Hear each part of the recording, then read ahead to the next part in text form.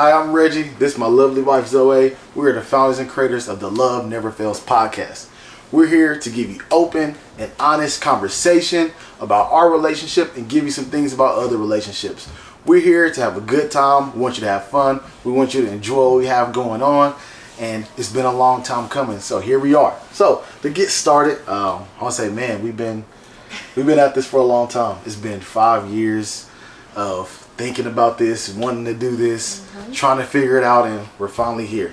So just to get started, let's talk about our background, right? So you growing up as a kid, how was your childhood? What did you think about life, or what was your view on marriage as a kid growing up? I didn't really have any strong views on marriage as a kid growing up. I wasn't really thinking about marriage. I mean, I saw it as a union of love. So two people that loved each other. See, for me, I grew up, my parents been together, for 20 something years. And so in my mind, like as a kid, I've always wanted to get married young. I don't know, that's just something I've always wanted to do. So like when I was like in relationships, I always would say, I don't ever want to be in a relationship or be with somebody if I'm not going to be married to them. Like that was always my mindset. Like if I'm dating somebody, I was always thinking about marriage throughout dating. Like how was that for you? Did you think about dating or marriage or at all like during that time, or where were you at with that? Oh yeah, well I didn't really date until I was out of my parents' house, but when I did date, I was looking at this person as if this is somebody I want to marry. I never just dated for fun. Yeah. If that's the question. Yeah. So I want to know, okay, we got together, right? We went to Lamar. We at Lamar University, and you was on the track team, all right? You were on the track team, and I was a leader in a FCA group. And so during that time in college, what were you thinking about when it comes to relationships? When it came to dating, like where were you at then? When I met you? Yeah, like right before you met me, going into that place, like of us getting to know each other. Where were you? Well, I actually told you that I said this is a very bad time to date me because my money is low right now. Your money is low? Yeah, I remember telling you that. And so, but I had the same mindset. Like that was me dating when I was in college because I didn't really date that much. And I did date someone in high school, but I wasn't supposed to. Okay. So, that's funny. That's funny. See, look, when I remember right before I met you, I was like, I do not want to date anymore. I said I don't want to date no more. I said the next person I'm going to date, I'm going to marry. Like the next person I say, okay, use my girlfriend, whatever, I'm going to marry. I'm not playing. I'm not doing all that. That's kind of where I was at. That's where my mindset was at. So when we met, you know, it's funny because I was speaking that day and I sent the I sent the DM and you came and you was there. It was a comment on a photo. It was very public. I didn't comment on the photo. It was a comment. Yeah, you did not DM me. I actually have you heard of a DM after it got to like message 20 of you on. So what did it say? What did it say on the comment? I don't remember. I did screenshot. I need to find it. Okay, look, I know what I know is I was inviting people to come to FCA. I seen on your profile it said track at Lamar. I was like, okay, cool. What's up? Like, hey, I'm speaking. We got this thing coming up, and then you pulled up because you want to come see me.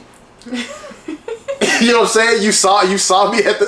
You probably was scrolling through my page. I'm telling you, you was scrolling through my page, and then so here's what actually happened. I was on the track team, and he was speaking at Fellowship of Christian Athletes. I never went, but my teammates did go. One of my teammates had my track shoes that night, and I went to get my track shoes because I had to be at practice at 6 a.m. That's what happened. I didn't come to see you. No. And she says, well, Zoe, since you're here, you might as well stay. And I could get her testimony. Okay, now what a coincidence is that, right? Supposedly, the same night that I invited her, she had to get her track cleats. But even if I came because you invited me, that doesn't mean I came to see you. You told me to come to Bible study. Okay, but you see my profile pictures. I look good on there, right? And so you wanted... You're You had a profile picture. Okay. What? Everybody has a profile picture. Okay. Everybody has a profile. What's the next? Okay, tell it. Go ahead, tell it.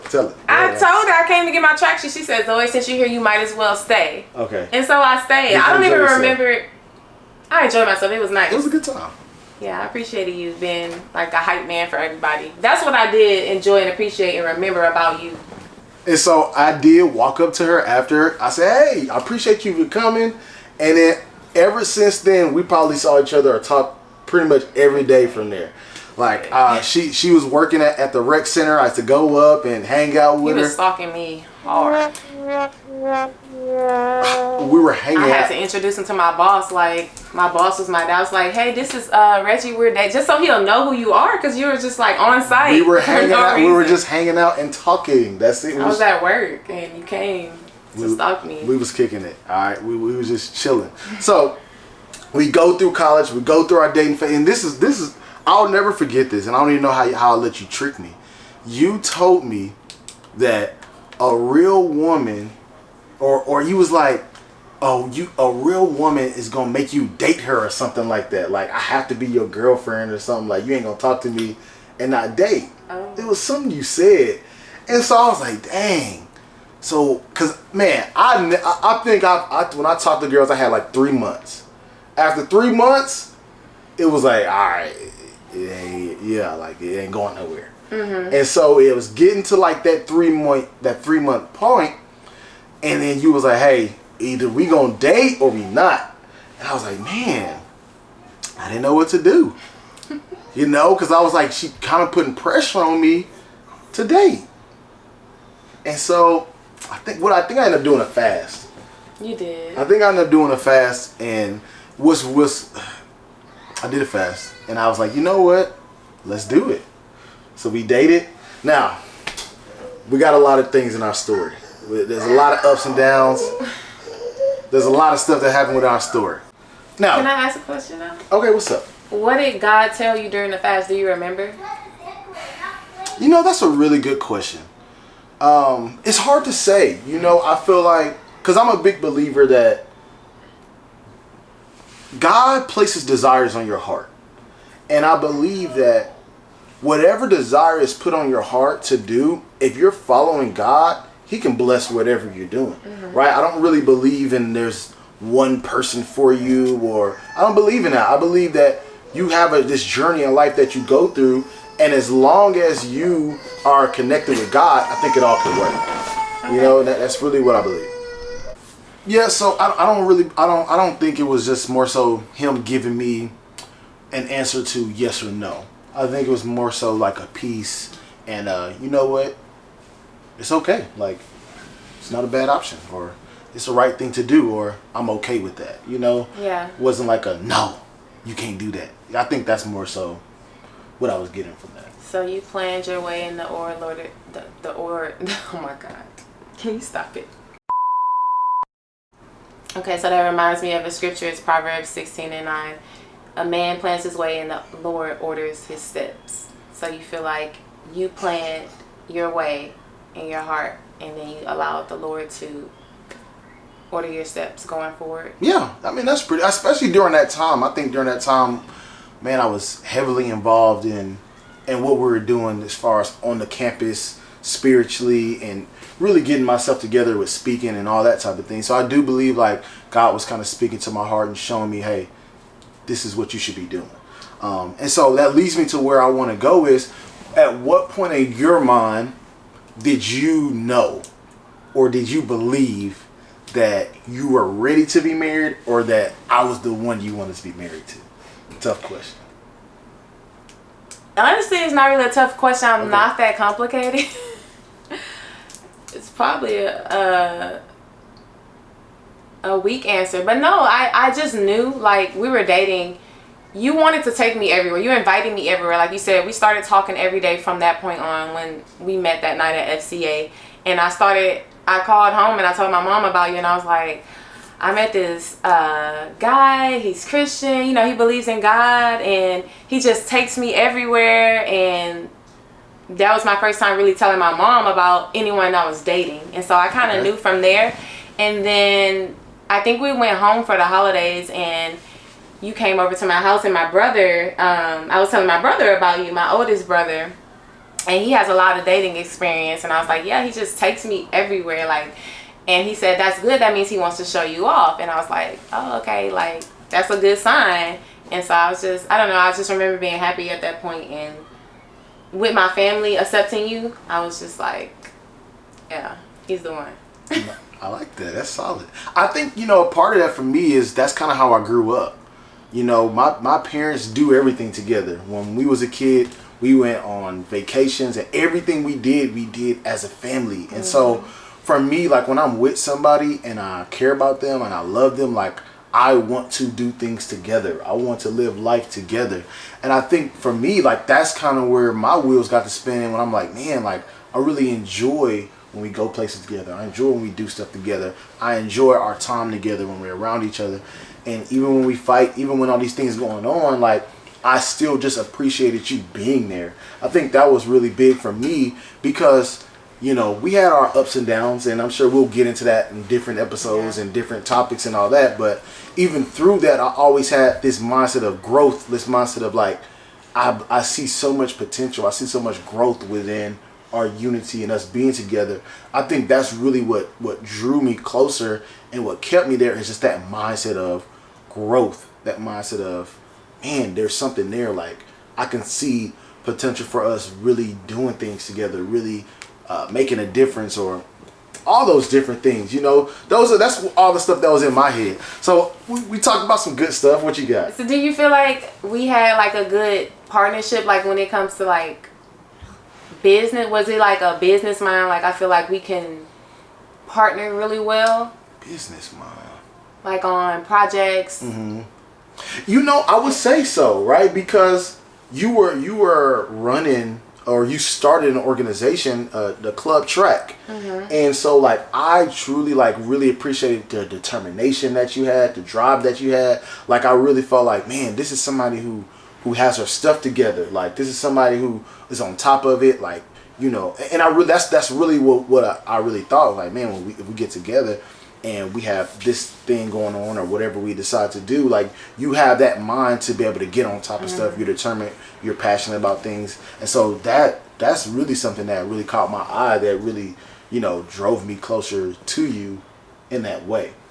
What is something that I did, or going into our marriage, that you were like, nah, I don't like that. I'm unsure about that. I don't know how to feel about that. I have to think about that one. Okay. That I didn't what I did that annoyed you, or that you were like, I don't know. Like, I like him, but he does. You kind of switched up with the communication. So in the beginning, if it was something that we disagreed on, you would want to sit and talk for hours. Like, it's like we couldn't agree to disagree. Like, you wanted to come to a common denominators. Like, we just had to talk for hours. And then at some point in our relationship, it switched off, and you would just shut down, and you would just start playing the game instead, or ignoring me. And it was just a drastic change for me. And so it left me like, okay, well, I'm not used to this. And so I did what women shouldn't do, and I start chasing after you. And see, I think a part of that, right, is, yes, I love communicating. And so anytime there's a topic, I want to address it. I want to get to the bottom of it. I want you to understand my perspective, and I want to understand your perspective. I guess what was happening is, as I kept doing it and kept doing it and kept doing it, I started getting drained. Well, I'm like, okay, I keep wanting to have these conversations and communicate, and it's going nowhere.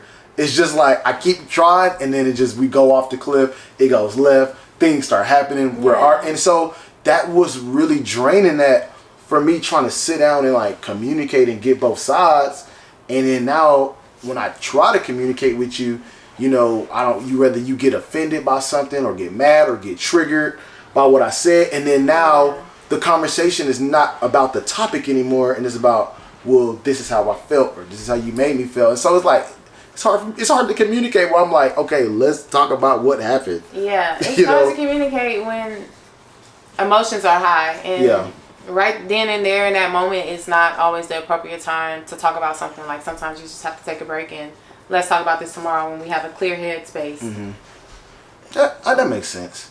I understand that. I guess, and then you gotta think women are more emotional or think more about emotions than men do.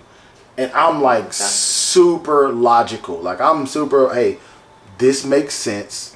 Let's do it like this. And so bringing up feelings, like I understand feelings, but I also want, okay, well, how did we get to the feeling? Do you feel like that's a woman thing or just like a personality? I think in general, I think for the most part, especially from talking to people, they say women are more emotional creatures, or women are more think about emotions more than men do. Do you agree or you disagree with that? Do you think it's just people? It depends on the person or the couple. Okay, so you think? Because there's definitely some emotional men. So and I would agree with that, right? I would agree in the sense that I think growing up, we always tell men or tell boys, don't cry, don't do this, don't show emotions, right? But then as guys, you also don't think when you get mad or you get angry or you want to fight, that is also an emotion. Mm-hmm. So a man that somebody says something to him and they get triggered and they want to fight somebody, well, you're emotional, right? But I guess, men don't really think about it that way. So, I would agree with that. I would agree with that. So when we get to marriage, right, do you think you were ready for marriage? Like after looking back, when you look at where we are in our marriage, the things we've been through, do you think at that point we're college students, we're just getting out of college, we haven't hit adulthood yet, do you think at that point you were ready for marriage? You know what, I don't know. I think I was ready for marriage, but once we got married, we kind of started hitting those milestones too fast because it was like, first of all, I graduated in December and then we got married in January. So we didn't really have time to plan the wedding. Like the wedding was not like a dream wedding or anything. Like decisions were being made really, really fast. And then as soon as we got married, you started your career. And so I think your career plays a big part in our marriage. Like it was like once you got your career, I don't even know like where the marriage went. Like I feel like that was like all you wanted. You wanted a wife and to start a family and have your career. And after that, I kind of felt like our partnership, there was not really a partnership anymore. And so some of the things that you thought were just gonna go down, like you didn't communicate it. You just felt like this is how it's gonna be because this is what my mom did. And I'm like, well, I'm not your mom. Yeah. Like we have different backgrounds and so that was difficult. Yeah, and I think a lot of that when you have mindsets or have expectations, right? Unspoken. I believe unspoken expectations or high expectations lead to disappointment. And so a lot of times we get upset, we get disappointed because I thought a woman was supposed to be like this.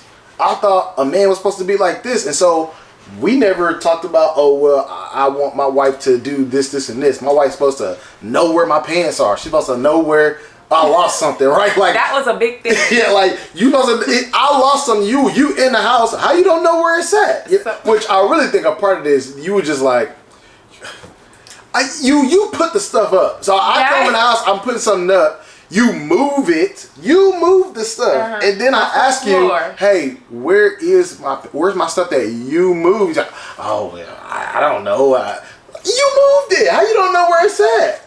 You know what I'm saying? We lived in an 800 square foot apartment. Small. One bed. Yes. Small. I'm glad you remember. Very small place. I mean, the kitchen and the living room was together. We had one room, one restroom, one closet. So this man would come in the house, take his shoes off, belt off, shirt, everything, and throw it in the floor. We didn't keep a dirty house in my house growing up. And so at that point, it was just me and him. And I made the mistake of cleaning up after him. Like, I just took on that role because I was like, I don't like it. His thing was, it doesn't bother me, it bothers you. So. That's real. So clean it up. So yeah, I would move things around. I would clean up. So I'm like a maid at this point. And so he would ask me where his pants are when he got ready to go to work. And I'm like, where are they supposed to be? your pants are supposed to be hanging in the closet. So why would you ask me where your pants are without look? That we only have one closet. Okay, but I get up every morning. I get up at 6 a.m. in the morning. I wear the same clothes or same pants or most of the same stuff. My shoes, the stuff that I'm going to wear for work, I have it laid out in a certain spot. So that way I get up, I'm ready to go. Boom, boom, boom. I get my stuff, and I'm ready to go. I'm good. And so at that time, you were working on your business, and so you were at home most of the time. So I'm like, okay, if you're at home, then yeah, there's nothing wrong with cleaning and picking up the stuff. I thought I was supposed to be working on my business though. Yeah, you working on your business at home. You know what I'm saying? So I should be a maid, and you can throw your clothes on the floor because I work from home. I wouldn't call it a maid. I would call it's your house. You're taking care of your house. Okay. You know what I'm saying? Like, you taking care of your house. Now that we both work outside of the home, should we both come home and just throw our clothes on the floor? No, you take care of it, right? So if I think, okay, you have your role. So here's how I look at it. Anybody, not male, not female, anybody, if somebody is at home more than another person's at home, that person should do more of the cleaning responsibility because that person is at home more. So if somebody is away from the house more, then that person should have less cleaning responsibility. So with us being, away from the home kind of an equal amount of time, then I feel like there should be kind of an equal share of cleaning responsibility. Okay. That's kind of how I see it. I mean, I can agree sort of with the ratio, but I was doing all of the cleaning. So I wouldn't say all of the cleaning, but you were at home most of the time. Most of the time you're at home. What are some of the things that you did? I swept. I vacuumed. I mean, that's what I get. When I get home. I get home at 9 o'clock. If I make it home at 9 o'clock, how much can you do at that time? What's the next topic? All right, I'm just saying. I did have something in the beginning though when you were asking when did I know that you were the one, and then we kind of talked about like business. So we kind of did some things prematurely that kind of let me know like we're gonna be some good partners. Like you're gonna make a good partner. I don't know why we did this, but Reggie and I opened up a joint bank account like in the early days of us dating. We opened up a joint bank account. I don't know why. I don't know why. We just did. Like we had a trust in each other, like some kind of just trust. Like we just needed a way where we could send each other money.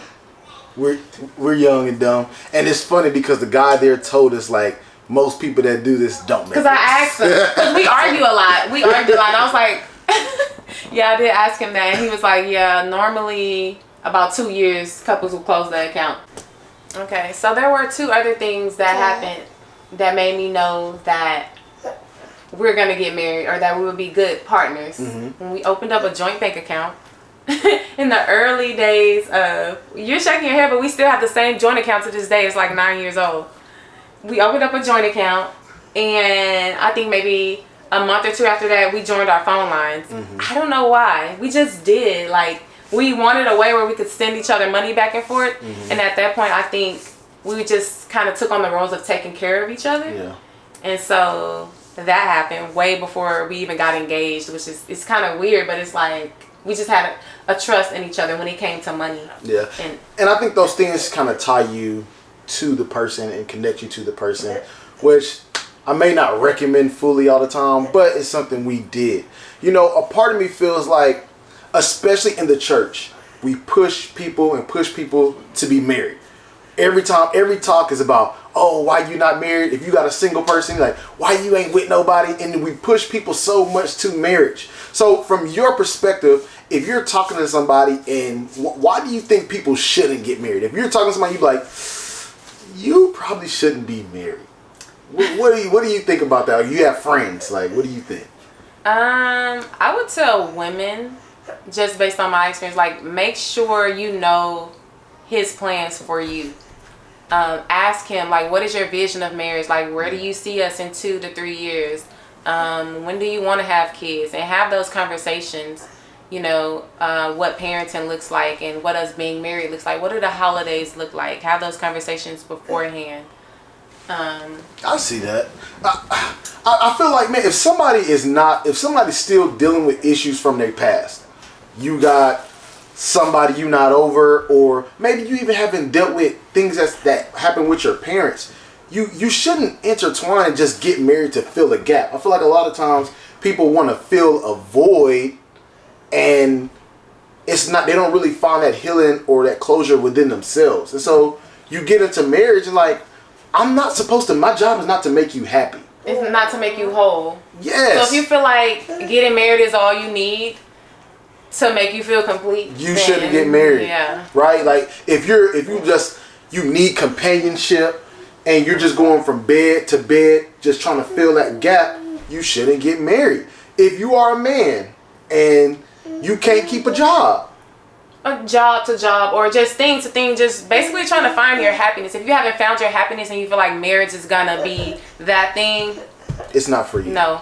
I don't think it's for everybody. Marriage is not for everyone. You see, I don't want to be one of those people who try to make marriage is lovely, it's butterfly. You have to be a whole complete person yourself before you get attached to someone else, or you guys are gonna end up eating at each other. Because it's work. It's work. We grew up with two different lifestyles, two different ways of looking at things, and now we're trying to merge and join those two different ideas, and you got to really put in the work to be married. So if you're not ready to sacrifice, if you're not ready to die to yourself, if you're not ready to fully commit to what this other person wants, you shouldn't get married. Like, marriage is not for you. What is marriage? What is marriage? Marriage... That's a good question. I feel like marriage is like a joining of two people, a union where they're saying we're going to live life together, we're going to figure life out together, we're going to get to know, enjoy life, and I also believe this connection between two people and with God. You're making a covenant, right? Yeah. Where you're like, no matter what, we're going to stick to this. Some people say contract. But the thing with a contract is a contract can be broken. A contract can be renewed, right? Whereas with a covenant is forever. A covenant is, it doesn't matter what's going on. You're saying, we're going to be committed. This is what we're going to do. Well, what do you think about that? Yeah, I mean, I think, marriage is the perfect representation of how Christ loves us, the church. Like, we are his bride. Mm-hmm. So, and Christ died for us. So, I mean, if you're not willing to keep dying to yourself, if you're not willing to change when you go into a marriage, then I would say that's the reason you should not get married, because you're gonna change. You're gonna have to die to yourself daily. Mm-hmm. So, that's my opinion about it. I like that. I like that because you have to be okay with buzzwords. You have to be okay with being hurt and then getting mad. I was reading this book, and one of the things they said is you have to give room for somebody to get upset. You make room for that person to be bothered, be mad at at whatever's going on, and that allows you to see them. You get to see, hey, this is how that person responds. This is how that person reacts. So many times we just get triggered. We want to change people. I don't like the way you do that. I don't like how you do that. But then you never really get to know how someone truly is. You never really get to see how they truly will respond to something, So I like that. I like where you're going with that. As a man, you have to lead. You have to be able to lead as a man. Mm-hmm. And to really fully lead properly, I believe you got to be able to submit to God. You got to be able to submit to authority. You got to be able to have vision. You got to be able to see things clearly for your family and how you want things to line out. What do you think from a woman when it comes to that perspective of leading a man? How does that look like for her? From being able to follow a man that's leading. I feel like if you want a woman to submit to you, you have to know how to submit yourself. So you should be submitting to God. Mm-hmm. And, know what submission is. I think you should also, actually in the same respect, know how to follow. So if you're following God, you know what it is to follow someone, then you can expect someone to also follow you. I like that. So I want to get into some verses or just some things that we can look at and from the Bible perspective. And it goes through different things or different ways that, just talks about what marriage is, what marriage is about. I feel like biblically, marriage is honorable.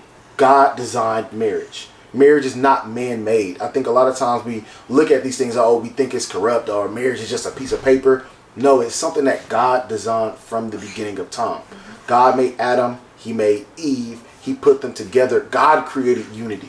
God said it's not good for man to be alone. And so he understands that we have an innate ability inside of us where we long for people. We long to be with somebody. And whether it's not a husband and wife thing, whether it's, you have a friend or whatever, God understands that desire is in us. And so we need to understand as people that it's something that God designed and he made. So we should follow his rules and follow what he said is the best way to go about it. The best way to handle marriage. People need something to worship, right? All right, so from the Bible, okay, we got Hebrews 13, chapter 4. And it says, marriage is honorable among all, and the bed is undefiled. But fornicators and adulterers, God will judge. And so what I want to point out is just that the Bible goes through all different accounts. And we'll go through this as we go throughout all of our videos and as we keep talking through our podcasts, is that God designed marriage. He blesses it. It is a wonderful thing. And it's honorable to be married to somebody. And you just have to do it, have to go about it the right way. And so we're going to go through tips on in marriage, how you should handle yourself in marriage, and we'll talk through all that. So when it comes down to it, guys, always remember, dream like you never failed. Laugh like you never cried. Love like you never hurt. Love never fails.